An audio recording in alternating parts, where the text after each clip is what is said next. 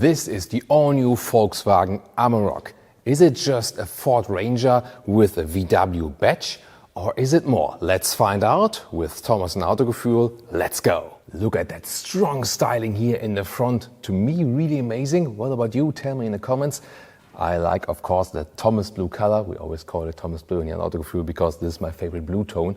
Well, and then you can see here LED lamps, main headlamps, and also IQ light. The matrix LED are optional. And then here, this is the daytime running light. So they found a unique perspective here on the exterior, also here with a contrasting silver part for that top trim level. They also worked on smaller details, by the way. For example, the front towing hooks here, right there, they are way stronger than before. With 5.35 m or 211 inches, the VW Amarok has grown about 10 centimeters or 4 inches, and the wheelbase has grown even further. So have the approaching and descending angles, 29 degrees in the front, 21 degrees in the rear. So it is now more off-road capable. Also a wading depth of 80 centimeters or 30 inches. So these off-road capable features, this is actually something where the VW profits from the Ford Ranger. Wheels up to 21 inch, not necessarily for off-roading, but here more for like this cool city street look. If you want to have this one as a very cool vehicle also inside the city, it's still off-road capable, of course, not that practical then with these huge wheels then for off-roading, but still looks definitely amazing. Here we also have a version with side step. This is the top trim level, as I said, the so-called Aventura. And you can also get the Panamericana, that would be the second top trim level, but the entry-level versions will also be fine. This one here looks a little bit fancier also with this so-called sports bar than here. And definitely, once again, with the color and the contrasting features, I really like the styling. Also here in the 3/4 rear perspective, it looks stunning, doesn't it? Looking forward to your comments.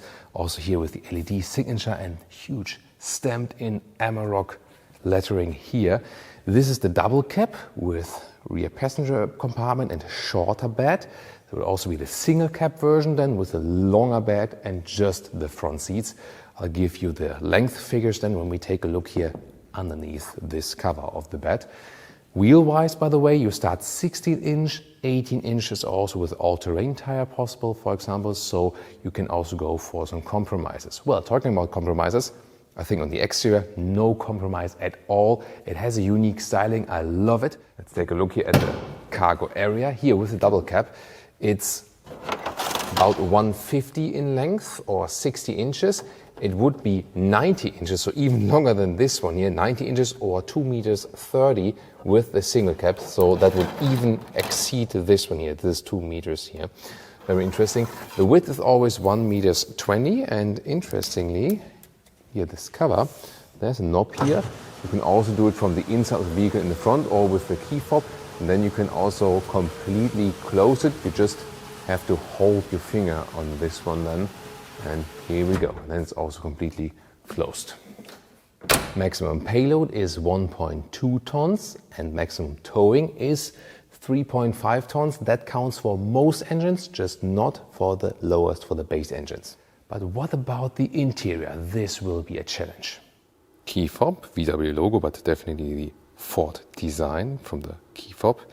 Then here the handles, chrome design with the keyless entry like this and door closing sound. That sounds rugged. Inside of the doors here for this top Aventura model. Here the controls for the windows and so on. This is, it's okay, nothing special, premium.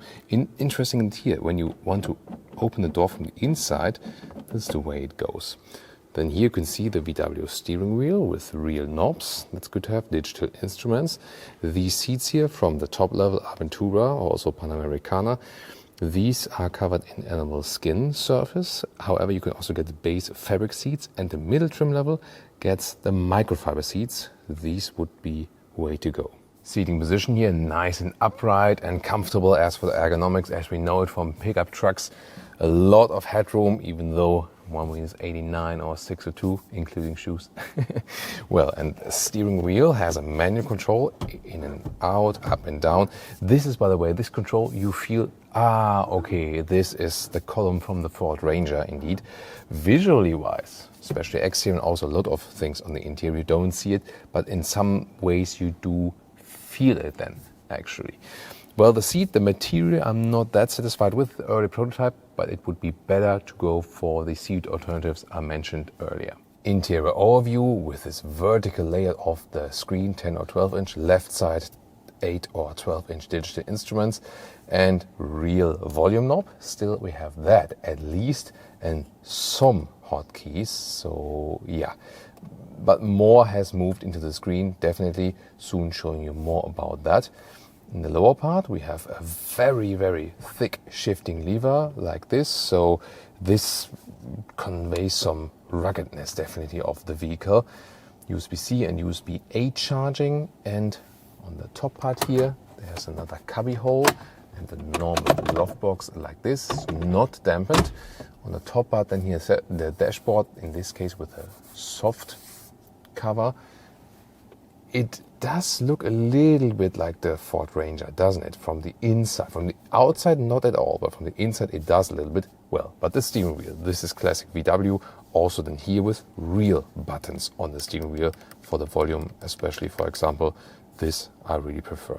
Instruments, in the Amarok you get digital instruments, and you also have some off-road information right here. It's a very nice visualization indeed, and this then also here the typical Volkswagen style.